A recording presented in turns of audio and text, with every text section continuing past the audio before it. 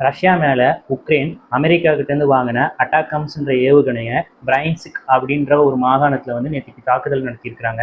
அதை ரஷ்யா வந்து சக்சஸ்ஃபுல்லாக counter attack பண்ணி டிஃபெண்ட் பண்ணிட்டாங்க. உக்ரைன் வந்து ஏற்கனவே அமெரிக்கா கிட்ட இந்த மிசிலை வந்து நான் யூஸ் பண்றேன்னு சொல்லி கேட்டிருந்தாங்க. அப்போ அவங்க பர்மிஷன் கொடுக்கல. இப்போ வந்து ஜோ பைடன் வந்து பர்மிஷன் கொடுத்துருக்காங்க.